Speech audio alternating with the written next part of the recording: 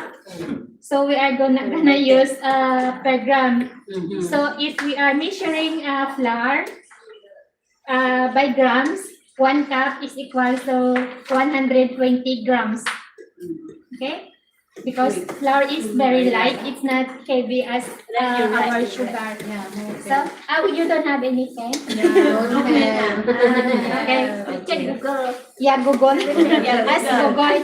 Yeah. Ask Google. But you can see in the measuring cup, they put there 250. Yeah. 250, the number there. But if only you are measuring liquid and sugar, it's 250 because sugar is quite heavy. Flour is very light. Okay, so if you need 1 cup of flour and you don't have a measuring cup, so you just measure it with grams, 120 grams. Okay, so we need like